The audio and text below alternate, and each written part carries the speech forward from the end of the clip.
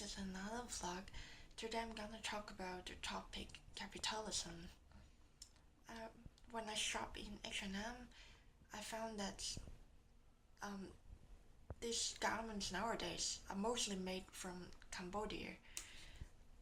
Under globalization, all the big companies are looking for um, factories with really low labor costs, and it used to be mainland China, but now it becomes other South Asian countries, Cambodia um,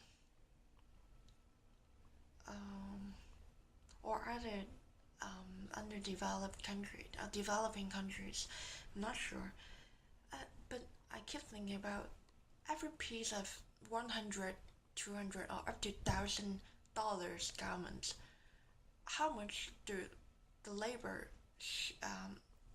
share at the end of it? 3%, 2%? I think the merchant, which is H&M, just own most of the profits.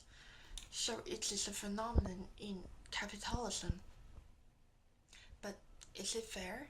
Because the labor just creates the garment, they sew it, um, they do all the work to make it into the design. Do they deserve more share of the revenue? So it's about fair or not. And the second example I thought about is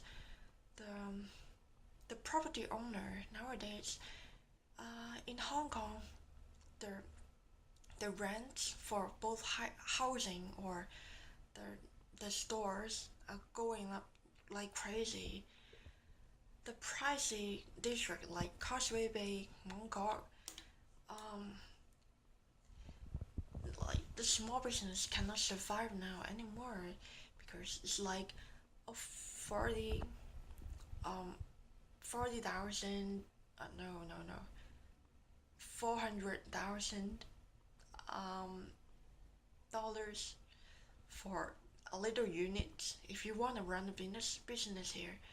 But how to survive? I mean, so a lot of small business that used to occur in Hong Kong 20 years ago, they are wiped off now.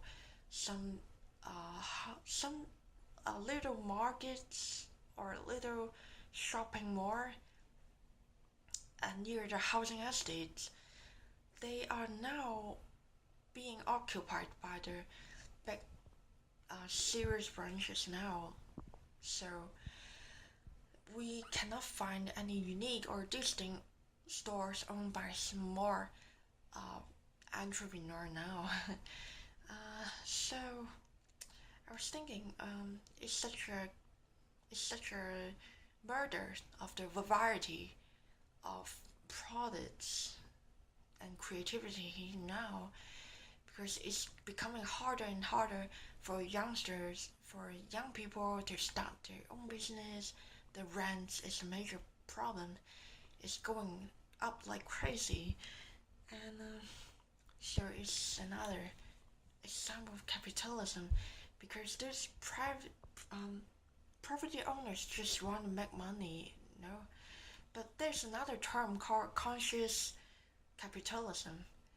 It means that in in making money, in the meantime, we we we have to think about um, our business acts, um, and how it affects the society. Has it left enough survival space for other competitors or other parties in the society? Or if you are a conscious property owner, would you think about the livelihood of the small business um, when you consider increasing the rents? Um, I think it is an idea that introduced nowadays, uh, but it is not really taken into concern still. and but I think the Starbucks has done a really good job because it's introduced fair trade. It insists to share more revenue with the farmers who grow the coffee beans, and it's a really big communist role.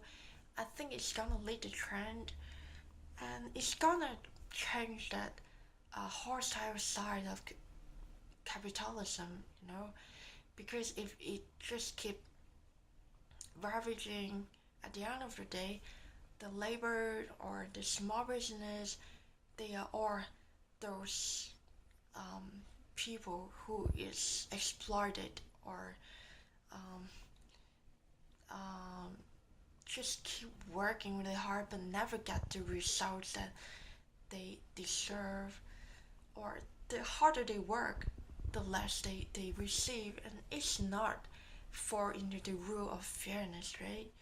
Because the merchants, like the wholesaler, the retailer, just take all the revenue.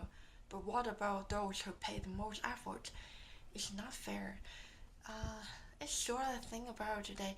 I know it's not really great presentation, but I have tried to give what I think and give what I observe. So thanks for watching this video. Um, yeah, thanks.